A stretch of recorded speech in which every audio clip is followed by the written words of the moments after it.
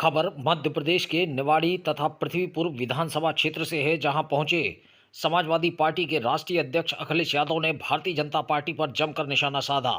उन्होंने भारतीय जनता पार्टी पर आरोप लगाते हुए कहा कि भाजपा सरकार न बनने पर सरकार बनाने वाले दल के विधायकों को लूट लेती है। उन्होंने कहा कि भाजपा का पाप का घड़ा भर चुका है। निवाड़ी तथा पृथ्वीपुर क्षेत्र की जनता ने जिस तरह से जोश व उत्साह दिखाया है, उससे स्पष्ट हो गया है कि निवाड़ी विधानसभा क्षेत्र से समाजवादी पार्टी की प्रत्याशी मीरा दीपक यादव तथा पृथ्वीपुर विधानसभा क्षेत्र से समाजवादी पार्टी की प्रत्याशी मिनी यादव का भोपाल विधानसभा में जाना तय है। उन्होंने कहा कि पिछली बार समाजवादी पार्टी का मात्र एक विधायक था, लेकिन बिना समाजवादी पार्टी के समर्थन के मध्य प्रदेश में कांग्रेस सरकार नहीं बना पाई थी। कांग्रेस ने जब समर्थन मांगा तो हमने तत्काल समर्थन दिया और मध्य प्रदेश में कांग्रेस की सरकार बन गई, लेकिन भारतीय जनता पार्टी ने विधायकों को लूटकर उस सरकार को छीनकर खुद की सरकार बना ली। उन्होंने कहा कि पिछले 10 साल से केंद्र में तथा पिछले 10 साल से मध्य प्रदेश में भारतीय जनता पार्टी की सरकार है, लेकिन बेरोजगारी और महंगाई चरम पर है। निवाड़ी व पृथ्वीपुर क्षेत्र से दीप न्यूज के लिए दीपक चंदे। श्रीमती मिनी यादव जी मंच पर उपस्थित समाजवादी पार्टी के हमारे राष्ट्रीय सचिव अखिलेश कटियार जी, मंच पर उपस्थित संजू यादव, सतीश जकारिया जी, महिला समाज की अध्यक्ष रिमू श्रीवास्तव जी, पार्टी के नेता शैलेंद्र यादव जी, राष्ट्रीय सचिव मणिनाथ सिंह जी, हमारी पार्टी के सभी वरिष्ठ नेता और यहाँ पर उपस्थित इस चुनावी जनसभा में उपस्थित आदरणीय बुजुर्ग, किसान भाई, नौजवान साथी, पत्रकार भाई। बहुमत नहीं था तो हमारी पार्टी के विधायक को ढूंढा जा रहा था। कांग्रेस पार्टी लगातार समाजवादी पार्टी के विधायक को ढूंढ रही थी और मुझे याद है उस समय जो मुख्यमंत्री बनने जा रहे थे, मैंने उनसे कहा कि आप बिल्कुल चिंता मत कीजिए, समाजवादी पार्टी की चिट्ठी आपके पक्ष में आएगी। और सुबह के जब 10 बजे उस समय सबसे पहले अगर किसी ने कांग्रेस के समर्थन में चिट्ठी लिखी थी तो वो समाजवादी पार्टी के एक विधायक की चिट्ठी हम लोगों ने दे करके कांग्रेस की सरकार बनाने का काम किया। लेकिन कांग्रेस के विधायकों को बीजेपी ने लूट लिया। आपको याद होगा कांग्रेस के विधायक लूटे गए और लूटने के बाद भारतीय जनता पार्टी ने अपनी सरकार बना ली। यहाँ के वोट भी समाजवादी पार्टी के पक्ष में एक समय पर मिले थे, लेकिन विधायक ने उस वोट का लाभ उठा करके बीजेपी के पास जाने का काम किया। बीजेपी ने सरकार बना ली लूट करके। मैं आपसे कहना चाहता हूँ, बीजेपी के लोग तंत्र पे भरोसा नहीं करते हैं, वो लूट तंत्र पे भरोसा करते हैं। उन्हें लूट तंत्र पे ज्यादा भरोसा है और न केवल यहाँ पर लूटा है बल्कि आपके पड़ोसी जिले में भी आपने देखा होगा कि जब से भारतीय जनता पार्टी की सरकार आई है लगातार अन्याय उसकी सरकार में हो रहा है। हालांकि यहाँ के मुख्यमंत्री बुलडोजर लेकर के नहीं घूम रहे हैं, लेकिन आपने देखा होगा उत्तर प्रदेश के मुख्यमंत्री तो बुलडोजर लेकर के घूम रहे हैं। उन्हें जहां मौका मिलता है बुलडोजर चला देते हैं। और सबसे ज्यादा उत्पीड़न अन्याय अगर उत्तर प्रदेश में किसी के ऊपर हो रहा है तो वो समाजवादी लोगों के ऊपर हो रहा है। ये बीजेपी के लोगों ने सबसे ज्यादा तकलीफ और परेशानी किसी के ऊपर पैदा की है तो समाजवादियों के ऊपर की है।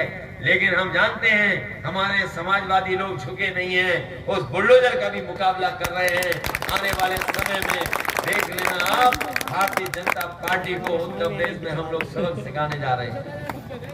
हमारी पार्टी और हमारे समाजवादी लोग झुकने वाले नहीं हैं। इसलिए इस चुनाव में हम समाजवादी लोग आपसे सहयोग मांगने हैं। बीजेपी का कार्यकाल 20 साल का आपने देखा है।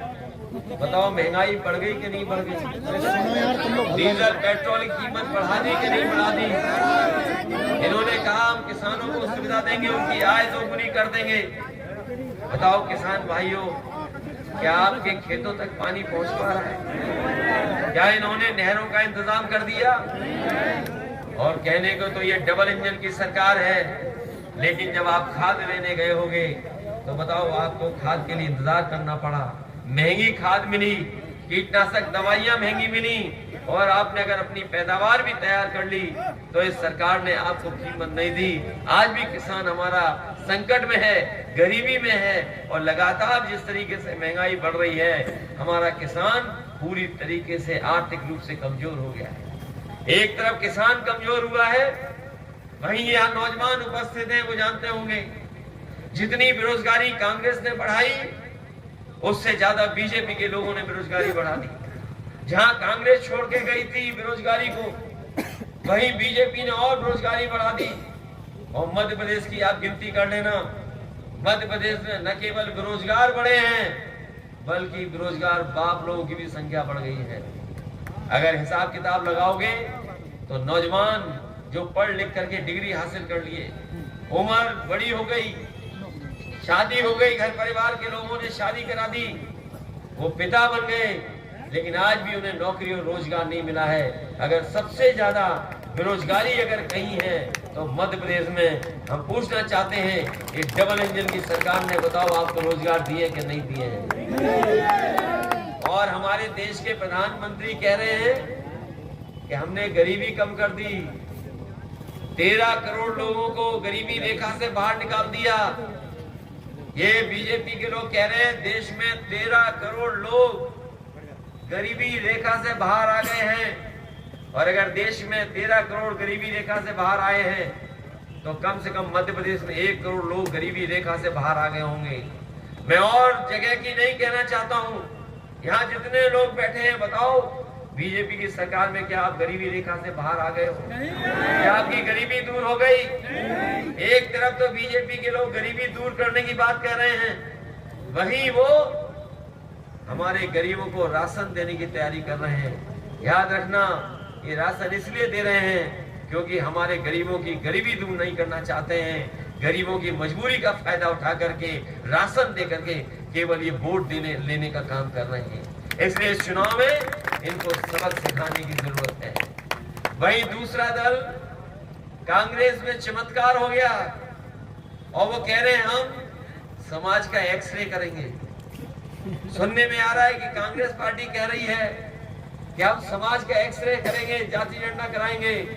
हम उनसे पूछना चाहते हैं, आजादी के बाद जब एक्सरे होना था तो आप एक्सरे क्यों नहीं कर पाए?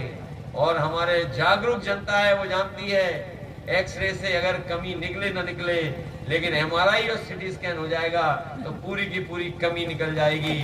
आज एक्सरे की जरूरत नहीं है, हमारे समाज में सिटी स्कैन एमआरआई की जरूरत है। और वो एमआरआई सिटी स्कैन जाति जनगणना है।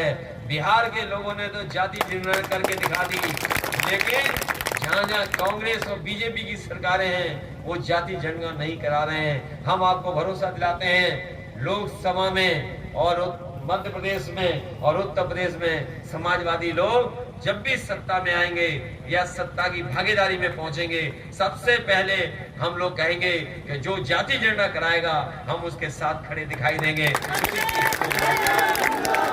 बताओ आपको हमारे पिछड़े और दलित भाइयों जिस तरह और प्रदेशों में सुविधाएं क्या आपको मिल रही हैं, अभी भी हमारे पिछड़े वर्ग के लोगों को 27% आरक्षण नहीं मिल रहा है।